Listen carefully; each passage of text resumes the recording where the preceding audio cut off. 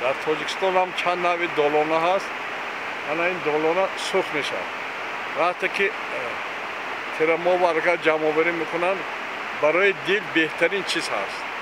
مثلا در داروخانه ها نسخه‌ای که بایرش گفته میفروشن، مردم دانا اینه گفته در خانه هاشو کمپوت کرده مینوشن، دلشون برقرار میشه، کار دل معتدل میشه.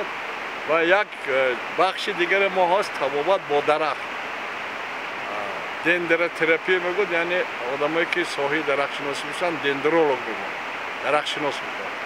وقتی که شما من همینجا ما تشکیل کرده که بیماری کسلای دل به هستن، مثلا سکته دل، فشار بلندی آمده 20 دقیقه میشنن، اینها از درخت انرژی میگیرن، ابمن انرژی میگوید.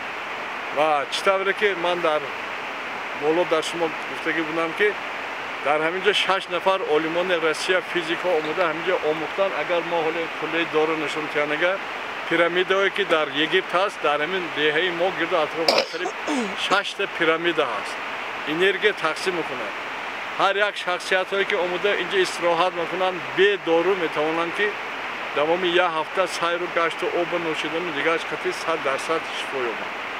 انا اگر شما همین دالانه خوشگره گرفته استفاده کنید، من یک ریپست ساختگی بودم از سال 83 در وقتی که در خرنگان شعبه دوامدهی کسلای سخته دل کار میکنیم. در ترکیب همون ریپست گم یعنی زردالو قوق اولینگ 50 گرم، دالانه 50 گرم، خوش 50 گرم و یک قاشق تخم سبزی.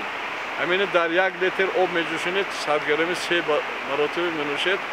از همون داروهایی که امروز مثلا شما به کاردیوم مگنیت گاو میزنن، انانگین، ریباکسین، بهتری دارو و بدتری نیست. این چیزی که خدا آفریدگی.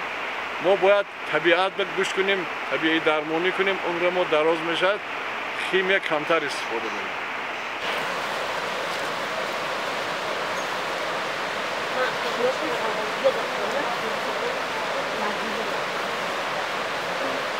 سرجه پترولی بودی بیماری زعفرانی اختراع کردگی اونا خودش بیمار میشد و در یکی از ساناتوری های در روسیه یکی از اصول طبابت راه گشتن با پیرهی بودی، یعنی که هر روز همه آدم رفته آمد میکند، این درخت ها از خودش روند های اکتری جدا میکند، بعد چرا جدا میکند که تضاب میکروب های بکشد رفته میبیاد تب نزد میکند. برای همین باید که شما همین بساطت درخت طبیعت که مناسبت داشته باشید. همین وقتی که طبیعت گفتگو میکنه استفاده میبرید، سبب درازداری بسیار آدم ها